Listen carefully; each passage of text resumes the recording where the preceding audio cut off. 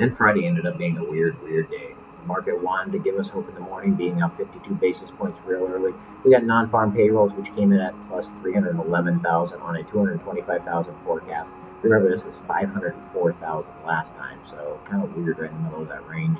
Wages came in at plus 0.2 on a 0.3 forecast. It was 0.3 previously, although they are 4.6% year over year. Unemployment rate came in at 3.6% versus a 3.4 forecast. Participation rate went up 0.1%. Nice. Surprisingly enough, the 311K baseline isn't enough to spook the bond market this morning. Lower wages and a big uptick in unemployment are helping to offset all of that news. The first move was actually towards stronger levels, but it was then reversed to some extent pretty quick.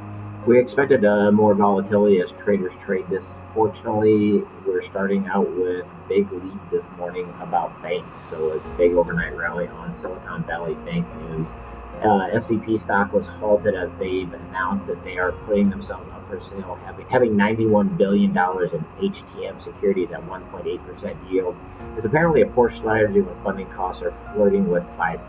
So yeah, paying 5% on money to invest at 1.66%. Not a good strategy. Over the past few sessions, they've unloaded a significant amount of securities, with money managers scooping up a good portion on a fire sale. An inverted yield curve is a major headache for banks who borrow short and lend long. If you want to know why your local bank is paying depositors well below the Fed funds rate, well, there you go. If a bank is only earning 3.8% on treasuries, it isn't going to pay 4.25% on a savings account. The FTC also voted officially to block the merger of Black Knight and ICE. The FTC did mention the possible remedy of selling Empower to Constellation Software, so we'll see if that changes next week. The most notable development on Jobs Day was stunningly turned out to be the trading that came before the jobs report in the overnight session. Bonds embarked on a fairly big rally, ostensibly due to Silicon Valley Bank news. 10-year yields were roughly 10% lower before NFP came in at 311 versus a 205 forecast. Anyone can be forgiven for thinking such a number meant trouble for bonds, but bonds paradoxically rallied. We ended up the day up 22 basis points on the day after being up as much as about 80 basis points at one point. So in the afternoon, we had a bit of a sell-off, ending up at 99.70. So at 99.70, we're just below that bold Fibonacci 61% retracement. But as you can see, we actually blew through the 25-day moving average and pinged off of the 100-day moving average before falling all the way back down to that 99.70 level. We also got news that despite significantly reducing expenses, exiting the wholesale channel and cutting thousands of jobs, Loan Depot on Wednesday reported losses in both the fourth quarter of 2022 and the full year. Fourth quarter 22 summary is quarterly revenue decrease of $104.5 million, driven primarily by lower market activity due to increase in interest rates, being a very refinance-heavy organization.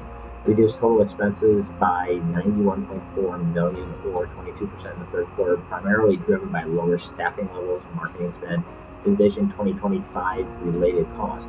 Net income increased 15% to $157.8 million in the fourth quarter from the third quarter, driven by lower revenues, primarily offset by aggressive expense reductions. The company exited the year with a cash balance of $864 million. Also in the news is the proxy fight where the board of directors had kicked the founder, Tony Hsieh, off of the board, but he is still fighting to get his designation on the board of directors. So looking at next week, we get some big data on Tuesday. CPI number coming on Tuesday, so all eyes on that. And then we'll see what retail sales do after that. So we'll have CPI, which will be a major market mover, retail sales on Wednesday.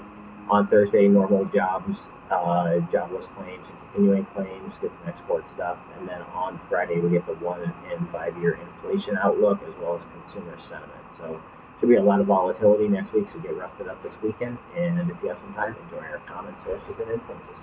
Have a great weekend.